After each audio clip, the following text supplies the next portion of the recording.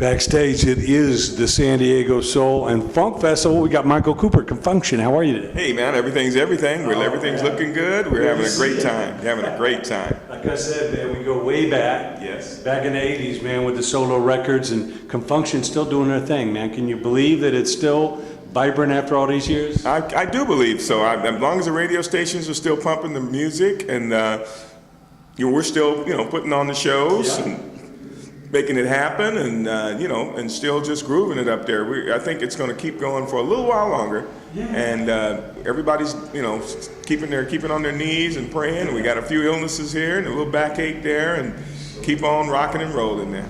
Well, there's something about that classic era, that 70s, 80s bands, that they just don't make them like they used to. Absolutely, and the music kicks on, and fortunately we've got guys out there like Bruno Mars trying to keep it going and keep it rolling. Because when we're gone, we're gone. I heard a gentleman come up to me the other day and said, "Man, let's go out and try to find some of these bands that are out there playing our music and see what we can do about keeping them, getting them to keep going with it and everything." I said, "Well, I'm ready to do that." I say, "But right now I'm having fun." Yeah. Yeah, man. Don't stop it yet. Yeah. Now we're going. Zap is out here. SOS. We've got Lakeside, of course, and Midnight Star. Everybody's really viable and really, replace members when you need to, bring in some younger guys when you need to. And that's what we've done over the years. And retool it, and get out there, man. And if I have to do it sitting on a stool, I'll sit on the stool and play. As long as the voice and the guitar is working, I'll get it done. You got to make sure the show is tight. Yep, absolutely. These people got other things they can do, so they're going to pay their money. Right. They want to see a show. Absolutely. Absolutely. Now, going back, who were your heroes coming into music? Who inspired you to want to do this? So many. I mean, it's Earth, Wind & Fire, of course, Teddy Pendergrass as far as vocals, and Sugarfoot, Hal Player as far as my vocals. Guitar playing, I actually followed Wes Montgomery, Carlos Santana, and a little bit of Hendrix. So people inspire so many different things and people and types of music. I mean, I have country music. I had country music roots. A lot of people inspired me. I had a lot of rock roots, a lot of early Led Zeppelin, Iron Butterfly. I follow a lot of rock bands, we were listening to Buddy Miles the other day, Changes, we were playing that, actually jamming to that. Joe Cocker, I was a Joe Cocker fanatic, So a lot of things have inspired me over the years. I wound up in R&B because that's just where, it came natural. The whole James Brown thing, Dyke and the Blazers will go way, way back. So I could go on and on and on about who influenced me and how and what I stuck to, but I think vocally it would have to be the ones that I named, Sugarfoot and those guys like that, Teddy, Maurice White, and then of guitars, Hendrix, Santana, Wes Montgomery as far as jazz, George Benson, people like that. That's a hell of a recipe right there. Yeah. Of course, from the Bay Area, Bill Graham was famous for putting those bills together and mixing it up, and you'd have all the styles. Everybody had such a unique sound. Oh yeah, and he was a monster, man, at concert promotion, career kickoffs, career nurturing. I mean, this guy knew everything it was to get people to know who you are and know what you do and make sure he repeated you. He didn't mind repeating shows, He'd bring you in January, bring you right back in June, and it was just, I remember going to a couple of concerts out at the Fillmore where, we were out there with Spirit and Sly Stone playing on one show. So you had all this R&B rock, and you had Spirit, and then you have a local band open up, and the place would be rafters, it would be packed to the rafters. So I actually attended that concert, and I remember looking at the mixture of people and, all of the different eras and different people coming together. It was absolutely phenomenal, man. Yeah. A bunch of these guys in suits tried to separate everybody and put them in categories, but really there's only two kinds of music. Music that moves you and music that doesn't. Yeah. And people like Bill, he did a fantastic job. I'm proud to have come from that era. To have come from that era. It was a great learning tool. Then to go down to Memphis and spend 8 years in Memphis, dealing with the Isaac Hayes and the Barcades and you know, all the Stax record stuff. That was like literally like going to college. It was like going to college. We all huddled in 4-bedroom apartments. You know, we had rules and regulations like having a dormitory. We had a couple of nightclubs that we played in and rehearsed in. We rehearsed the shows on Wednesdays and Thursdays, Fridays and Saturdays and Sundays. We'd go out and play. And it was just wonderful, man. It was, and we did that for 7-8 years, and we got a recording contract. So it was like our graduation, like our diploma. We signed with Mercury Records, and the rest is history. And what a label! The Ohio Players and the Barcades, and yeah. So I remember those. Sorry about that. Well, this ought to be interesting for the This will be interesting. Sure. This is Sherelle. Okay. Hey, sugar, how you doing? We crisscrossed.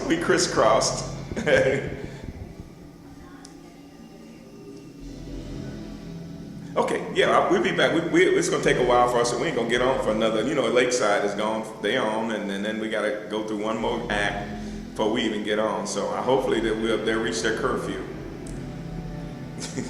Yeah. So we'll hook you up. We'll get y'all hooked up. Okay? Okay, sugar. Bye-bye. That's beautiful. Yeah. Well, you know, and Elvis, you know, say what you want about Elvis. Elvis really loved soul music and R&B and gospel and brought a lot of great music, you know, to the masses, you know. And you know, Elvis was my neighbor. Really? I lived on Winchester and Mill Branch. So I lived, and people who know that address, just Google it. And Elvis Presley was down on Elvis Presley Boulevard. And I think it's either Winchester or Mill Branch. I get them mixed up, crisscross with Elvis Presley Boulevard. I was in walking distance to Elvis's house. Right, I stayed in a place. So the Windsor community, man. I used to go around to see the gates, and every now and then you catch a little glimpse of the Cadillacs, and, you know, the band members going in and out. You know, Memphis Mafia. Oh man, it was a wonderful time to be in, and of course, unfortunately, I was there on the day of his death, and I witnessed the last flight of the Lisa Marie as it flew around Memphis, Tennessee. So it was interesting, man, just to be in Memphis. End of an era. Yeah, Memphis was just, and still is to this day, just a wonderful mecca of music, man. Yeah, Beale Street is just, there's nothing like it. Yeah. That's amazing. And of course, you know, the Bay Area, California has such a rich heritage, you know, and always exciting. Mercury Records, and, you know, keep bringing this music. What do you think it is about this era of music that just has such lasting power? Well, it's as you said, it's lasting because of its origin and how it was made. It was analog, cut analog. It was sweat and blood and rehearsal, and it was cut on 2-inch tape. No shortcuts. And you can feel it. The feeling comes off the track. When you listen to MFSB, you listen to Teddy, you listen to the OJs, and then you turn around, you listen to, yes, one on the side of the country, and then you turn around, you listen to Earth, Wind and Fire, and you listen, you just go on a ride one day. Go to YouTube and just listen, and just go on a ride and just wonder how many hours these guys spent in the studio, take after take, over and over, overdubs, you know. And now we've got Pro Tools, which eliminates your rewind time. So, you know, you've got no analog. You have to really recreate your analog sound now. Nothing wrong with that. You know, I can listen to Can't Hide Love by Earth, Wind and Fire, and then turn around and listen to Bruno Mars, Treasure. Listen to Bruno Mars, Treasure, and then I turn around and listen to Ohio Players, Skin Tight, and you're listening to analog, and you're listening to digital, and then you're listening, and you know, the music is still alive. You just got certain people that will go out and nurture it and spend good time on it and making a good solid record. You know, so I'm digging a lot of people right now. I'm loving a lot of people. It does come down to a good song. Bruno's got them, you know. You got. Bruno's got great songs, man. He got some great songs. You know, that's what I like. Is my favorite right now. Till he comes along with another one. That one took me by storm. You know. And I'm proud of him to really stick to the fact that he said, look, I'm doing my old school. I did the pop stuff. I'm going to do the pop stuff, and I love the pop stuff. But he said, I got to make sure I pay attention to my roots and my grit. And he sure enough did that, man. He sure enough did that. He's a wonderful young man. Yeah, it's amazing stuff. And what other advice do you give to the young creative people coming up? You know, because again, a lot of them might be looking for that click, that shortcut, that that we all know doesn't exist. What do you say about the perseverance and dedication it takes? It's funny when you say we know it doesn't exist, because we've been handed careers have been dealt out like cards, like American Idol and X Factor and all that. Some careers, and some of them have stuck to the wall. I mean, you have to really look at, some of them have actually worked out for certain people, but when you get something and it comes easy come, easy go kind of a thing, you don't really pay no dues, you get lucky and you get it, and it's all, again, digitized and homogenized, and then you get out there and you got about a 3-year span, I can't say I don't respect that. I mean, get it any way you can. I would say to artists that if you've got a band, having a band is one of the greatest things in the world, because you learn from each other, you help each other, and you have fun. Trying to do it all yourself in the headphones and constantly playing everything yourself. I'm gonna play everything, my drum, and that's great for songwriting. But get a band going, man. Get a 3- and 4-piece band. You don't need a big band. You get a 3- and 4-piece band, and once you gain notoriety throughout your area and you start getting gigs, you start getting hired, then or add a couple of horns, and bring that stuff back and nurture it and play it. You'll find that it is so fun. You'll have so much fun. Money is one thing, but when you start getting paid in good old fun and just having a great time, we used to play, and we'd make about $200 for the whole gig for everybody. And we'd take that $200 and go to Denny's and spend it on breakfast at 2 o'clock in the morning, right? And then we'd go on the next week and play another gig, and then another gig, until finally we start making $300, and we start making $400 and $500. Then we could buy some gas. That kind of thing. And that's kind of like what people have to do. You got to do that now. Bring back that old way of doing it, because it exists. People want to hear that live music. They want to hear that live music. It exists. Start those bands. And recreate that sound, and you can get it done. Well, there is something about that functioning organism that's a multi-member band that lives it, breathes it, rehearses it, and by the time they walk in the studio, the songs are ready. They're not like trying to come up with something on the fly.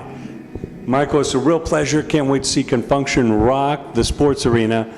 And please keep making that great music. I sure will, man. We're rocking and rolling. I want to say ConFunkShun, our 45th anniversary cruise will be going out of New Orleans May 7th through May 18th, 2018. And on the phone number to get on that cruise is 844-855-3386. I'm a little punch drunk. 844-855-3386. And that's the ConFunkShun 45th anniversary cruise. It has everybody on this show: Sherelle, Yarborough Peebles, Brick.